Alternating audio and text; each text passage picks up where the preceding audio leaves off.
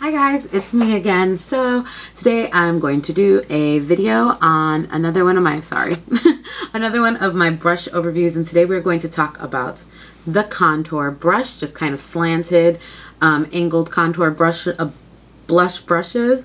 I have 1, 2, 3, 4, 5, 6, 7 of them to go through, and I'll talk about them, like, I guess because I have some white hair and then some darker hair, which sometimes makes a difference, sometimes doesn't.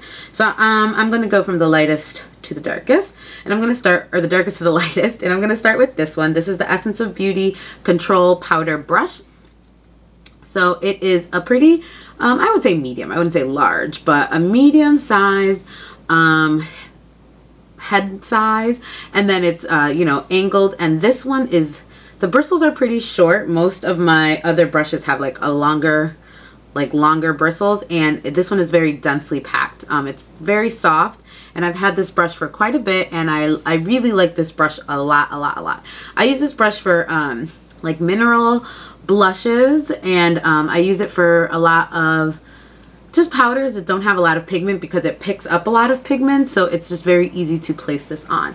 I guess I should say in general, angled all of these, what I normally use them for is contouring of the face. I also use them for blush application, and I've used them for, you know, dusting powder under the eye, and I've also used them kind of like a light contour just to kind of bring warmth to my face with like a bronzer.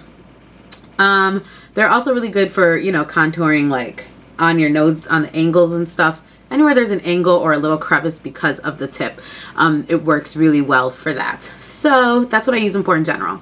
Some of these I use exclusively for certain things, but for the most part I use them mostly to do a contour, a blush, or a highlight. Actually, I also use them for highlighting, but this one I use with my blushes that aren't that pigmented or not as pigmented, because it really packs on the color because it's so dense. I really like this brush a lot, and it's at the drugstore. It's inexpensive. I always say inaffordable. It's inexpensive, and I definitely recommend this Essence of Beauty one. The next one is kind of random. My mom picked this up at like TJ Maxx or something, and it came in a set, and it's the Natural Beauty Blush Brush. So I don't quite know where you would get this if you want to get it on your own, but the name brand is Natural Beauty, and I'll put it down below. And so this one is kind of like, it has these, I think they're synthetic, brownish, red, crazy looking fibers. It's much longer, and the angle I think is about the same. Yeah, the same. And this one is completely less dense because of the bristles being longer. So this one I use mostly for blush. I don't really contour with this, just to, like, you know, dust blush on my cheeks. And this one I use for lighter application of blush for very pigmented blushes because it's so wispy. I could just lightly get in there and just light, and do it like that, versus this one that's super dense. This one really packs it on. For this one I just kind of dust it. Also, this brush is kind of very thin and thick, where these are kind of, even though they're thin, they are a little fluffier. They have a little more move. So yeah, this one I use mainly for my blush, and I like it. For a while it was like the only contour brush I had, and it worked well, but I wouldn't say that it's necessarily like seek this out, get it, you know, unless it's very well priced. Then it's not worth a try. The next one is the Eve Pearl, her 112 brush, and she calls it the Blush Angled Brush. And it looks like this, and it has like light hairs and dark hairs, but I believe that they're all natural fibers. So this is kind of a smaller head, but the bristles are longer. It has some movement to it, and it is very, not dense, but very fluffy. It's a fluffier one. And I guess it is compared to some of mine, dense. I use this one for blush mainly. And for contouring, and I really like this one. I think it picks up your blush really nice, and it just works well for contouring because it has that density, but also the flexibility where you could like blend it out. It's not just going to leave color and then you have to go with another brush. This one kind of does both. So I like this one. My only thing with the Eve Pro one is it's not as soft as some of my other brushes. It's a little bit of a prickly brush, and it's very like, it's always just been kind of like a frayed brush for me. But that's about it. But yeah, I would say it's just not the softest, so I don't know that I would necessarily like run out, you must try this brush, so to speak. but it's not a bad brush to have. So moving into the lighter color ones, this is the IAM Tools 942, and this is in the travel edition, but the head of the brush is the same as if you were to have a regular one. And yeah, this is just 942, so I don't know what they call this brush. Pardon the tint on mine, but with the lighter ones, you'll see they kind of get tint stained. So this one has much longer bristles, and it's very narrow. Sometimes it fluffs out, but it has a lot of movement. It's very soft. So I like that about it, and I use this one mostly for highlight and blush application. I've also used it for like all over powder, but only in a pinch. I like it more for blush and highlight. So I really like this one. There's nothing super awesome about it, nothing super horrible about it. It's just a good brush. It's fine. It's very inexpensive, and it's soft. So I like that about it. I will say it is one of my softer contour brushes.